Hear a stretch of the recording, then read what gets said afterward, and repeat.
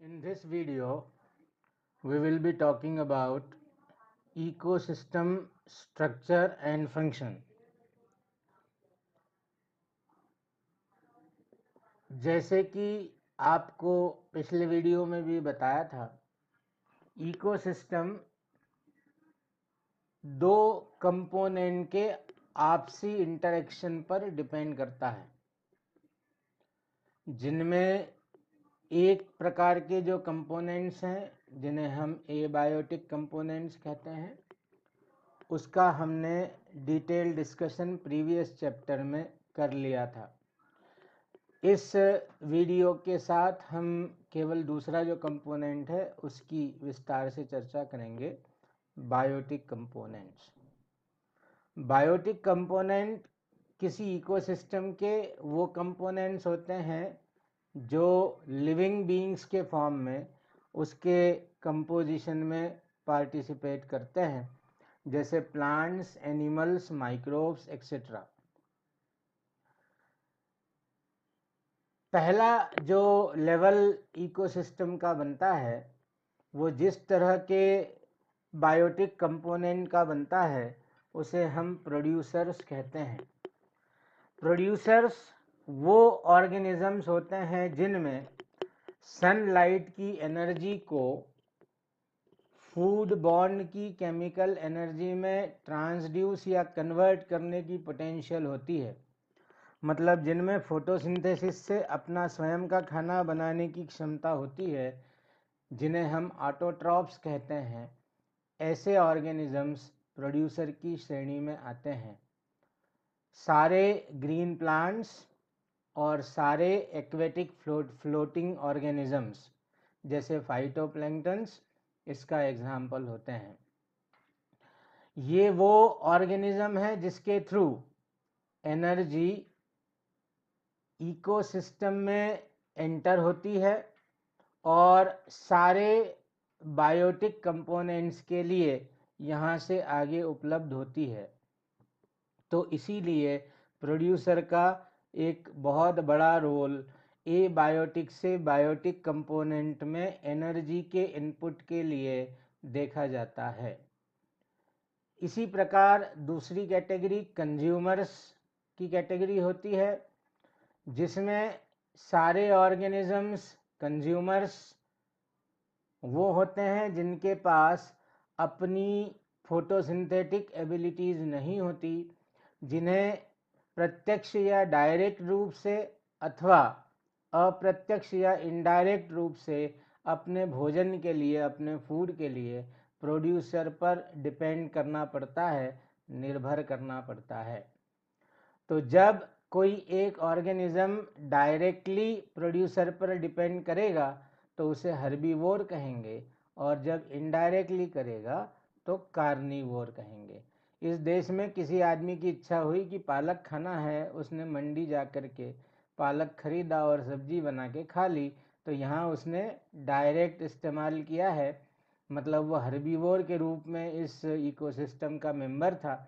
लेकिन यदि उसकी पालक खाने की इच्छा नहीं है तो उसने पालक की गड्डी खरीद कर पहले बकरे को खिला दी और फिर बकरा काट के खुद खा लिया, तो यहाँ वो कार्निवोर कैटेगरी में इस फूड चेन का कंपोनेंट रहा है। तो इनडायरेक्टली ये प्रोड्यूसर पर डिपेंडेंस है। इसीलिए कहा जाता है ऑल फ्लैश इज ग्रास, सारा मांस घास है। और ये सभी जीव जो कंज्यूमर के रूप में इस इकोसिस्टम में एंगेज होते हैं वो डायरेक्टली या इनडायरेक्टली अपने फूड के लिए प्रोड्यूसर पर डिपेंड करते हैं। अब यदि टाइप ऑफ कंज्यूमर्स की बात हो तो मैक्रो कंज्यूमर्स इसकी पहली कैटेगरी होती है। ये सेकेंडरी प्रोड्यूसर्स होते हैं। ये फेगोट्रॉप या होलोजोइक न्यूट्रिशन शो करने वाले ऑर्गेनिजम्स होते हैं, जिन्हें अपने डाइजेस्टिव सिस्टम में इस भोजन को लेकर के उसका इंजेक्शन करते हुए उसका डाइजेशन करना है और तब ये एनर्जी उनके शरीर में पहुंचेगी। तो ऐसे ऑर्गेनिजम्स को हम मैक्रो कंज्यूमर्स के नाम से जानेंगे। मैक्रो कंज्यूमर को यदि हमको और क्लासीफाई करना है तो फिर हमें इसकी तीन कैटेगरीज करनी पड़ेगी। प्राइमरी कंज्यूमर, जिसमें हर्बीवोर, ज़ूप्लैंक्टन्स ये सब आएंगे। सेकेंडरी कंज्यूमर या प्राइमरी कार्निवोर, ये वो ऑर्गेनिजम्स होंगे जो प्राइमरी कंज्यूमर पर अपने डिपेंड करेंगे फूड के लिए। ये दो तरह के लोग हो सकते हैं, शिकार करके खाने वालों को प्रेडेटर, और शिकार चुरा करके खाने वालों को स्कैवेंजर्स कहेंगे। उनके एग्जाम्पल्स इस लिस्ट में दिए हुए हैं, इसको आप ध्यान से देख लें। फिर सबसे ऊपरी कैडर में जो कंज्यूमर आएगा, जिसका कभी कोई शिकार नहीं कर पाएगा, लेकिन जो अपनी नेचुरल या प्राकृतिक मृत्यु के बाद दूसरे ऑर्गेनिज्म द्वारा ईट अप किया जाएगा या फिर उसका डीकम्पोजिशन होगा, तो ऐसे कंज्यूमर को हम टॉप कंज्यूमर के नाम से जानेंगे। फिर लास्ट कंपोनेंट होता है बायोटिक में, जिन्हें हम डीकम्पोजर्स या माइक्रो कंज्यूमर्स या सेप्रोट्रॉप्स या ऑस्मोट्रॉप्स कहते हैं। ये वो ऑर्गेनिज्म होते हैं जो प्रोड्यूसर या कंज्यूमर की डेड बॉडी या उसके कास्ट आउट एलिमेंट्स में उपस्थित न्यूट्रिएंट्स को डीकम्पोज करते हैं और उसे वापस एबायोटिक कंपोनेंट में लाते हैं ताकि वो फिर से रीयूज़ हो सके। ऐसे ऑर्गेनिजम्स को हम डीकम्पोजर्स या रिड्यूसर्स या ट्रांसफॉर्मर्स या ऑस्मोट्रॉप्स इस श्रेणी में रखते हैं। मेन डीकम्पोजर के रोल में इकोसिस्टम में हमेशा बैक्टीरिया और फंजाई को देखा जा सकता है, और इन्हीं की वजह से बायोटिक से एबायोटिक का जो मिनरल रिसाइकलिंग है वो चल रहा है। अब कुछ इम्पॉर्टेंट फैक्ट्स जो आपको जानने चाहिए जिससे आपको निट में फ़ायदा हो, उसकी बात करें तो प्लांट पैरासाइट्स को आप किस श्रेणी में रखेंगे? तो प्लांट पैरासाइट जो होंगे वो हमेशा प्लांट पर डायरेक्टली डिपेंडेंट होंगे, इसलिए प्राइमरी कंज्यूमर्स होंगे। लेकिन यदि कोई एनिमल पैरासाइट है तो फिर उसे हम प्राइमरी कंज्यूमर नहीं कह पाएंगे, वो सेकेंडरी कंज्यूमर हो जाएगा। इसी प्रकार जब भी प्रश्न आए तो आपको ये देखना है कि उसकी एक्चुअल लोकेशन फूड चेन में क्या है और उसके आधार पर उसका आंसर देंगे। इसी तरीके से यदि आपसे कोई पूछे कि इंसेक्टिवोरस प्लांट को आप किस रोल में देखते हैं, तो यहाँ पर याद रखेंगे कि इंसेक्टिवोरस प्लांट इकोसिस्टम में डबल रोल प्ले करने वाले ऑर्गेनिजम्स होते हैं। इन सभी प्लांट्स में, जैसे आपने निपेंथिस पढ़ा है, डायोनिया पढ़ा है, ड्रासेरा पढ़ा है, सनड्यू पढ़ा है, इन सारे प्लांट्स में फोटोसिंथेटिक एबिलिटीज़ तो होती हैं, पार्शियली ही सही, तो वो प्रोड्यूसर तो है ही है, लेकिन वो इंसेक्ट को इसलिए डाइजेस्ट कर पा रहे हैं ताकि उसकी एमिनो एसिड के नाइट्रोजन से अपना नाइट्रोजन मेटाबॉलिज्म चला सके। तो उनका जो इंसेक्टिवोरी का फंक्शन है वो सेकेंडरी कंज्यूमर की कैटेगरी में आएगा, और उनका जो फूड प्रोड्यूसिंग प्रोसीजर है, फोटोसिंथेटिक एबिलिटीज़ हैं, उनकी वजह से वो प्रोड्यूसर्स भी बने रहेंगे। तो इस तरीके से ये डबल रोल में रहने वाले ऑर्गेनिजम्स होते हैं। कुछ ऐसे भी कंज्यूमर्स हैं जो दोनों तरह के कंज्यूमर का रोल प्ले कर सकते हैं, मतलब उन्हें प्लांट पर डायरेक्ट डिपेंडेंस भी चल सकती है और इनडायरेक्ट डिपेंडेंस भी चल सकती है। मतलब वो हर्बीवोर भी हो सकते हैं, वो कार्निवोर भी हो सकते हैं। तो इसीलिए ऐसे ऑर्गेनिजम्स को ऑमनीवोर्स के रूप में फूड चेन में रखा जा सकता है, और ये फूड चेन को एक्सट्रीम स्टेबिलिटी देने वाले कंपोनेंट माने जा सकते हैं।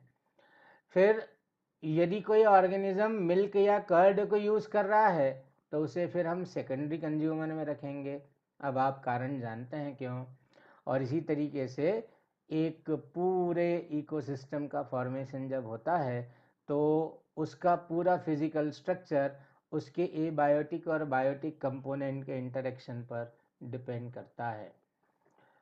यहाँ ये बात बता दें कि किसी भी तरह के इकोसिस्टम का जो प्लांट और एनिमल स्पीशीज़ कंपोजिशन होता है वो उसके आइडेंटिफिकेशन और enumeration of plant and animal species से डिटरमाइन किया जा सकता है। जैसे जैसे ही आपने कहा ज़ेरिक इकोसिस्टम, रेगिस्तान में चलने वाला इकोसिस्टम, तो आपके जहन में तुरंत उन प्लांट और एनिमल स्पीशीज़ की मेमोरी पिक्चर्स आ जानी चाहिए जो इस पूरे इकोसिस्टम को फ्रेम करते हैं। इसी तरीके से किसी भी इकोसिस्टम का केवल एक ही जोन ऑर्गेनिज्म से ऑक्यूपाई नहीं होता, बल्कि उसके हर लेयर को इकोसिस्टम ने ऑक्यूपाई किया हुआ है। तो ये जो vertical distribution of different species होता है, इसे हम स्ट्रेटिफिकेशन के नाम से जानते हैं। ये स्ट्रेटिफिकेशन सबसे टॉप पर कैनोपी के रूप में, सबसे मिडिल में श्रब्स के रूप में और बेस पर हर्ब या ग्रासेस के रूप में होता है। तो इस तरीके से जितने ज़्यादा स्ट्रेटा किसी इकोसिस्टम में बनेंगे वो उतना ही कॉम्प्लेक्स और उतना ही स्टेबल सिस्टम माना जा सकेगा। तो अब हमें उन कंपोनेंट्स की चर्चा करनी है जो एक यूनिट के रूप में कार्य करते हुए और इकोसिस्टम के फंक्शन को रेगुलेट करते हैं। ये 4 फैक्टर्स हैं: productivity, decomposition, energy flow and nutrient cycling. आगे आने वाले वीडियोस में हम लगातार इनके बारे में आपको डिटेल डिस्कशंस प्रोवाइड कराएंगे। यदि आपको हमारे ये वीडियोस अच्छे लग रहे हों तो आप इसे लाइक, सब्सक्राइब, शेयर करें और साथ ही साथ अपने और मित्रों को भी इस वीडियो से लाभ उठाने का मार्ग सुझाएं। हमारी लगातार ही कोशिश है कि इन वीडियोस के द्वारा आप अपनी एनसीईआरटी को इंटरप्रीट करना प्रारंभ करें, ज़्यादा अच्छे से इंटरप्रीट करना प्रारंभ करें, जिससे कि नेट में आपको फ़ायदा हो। Thank you very much.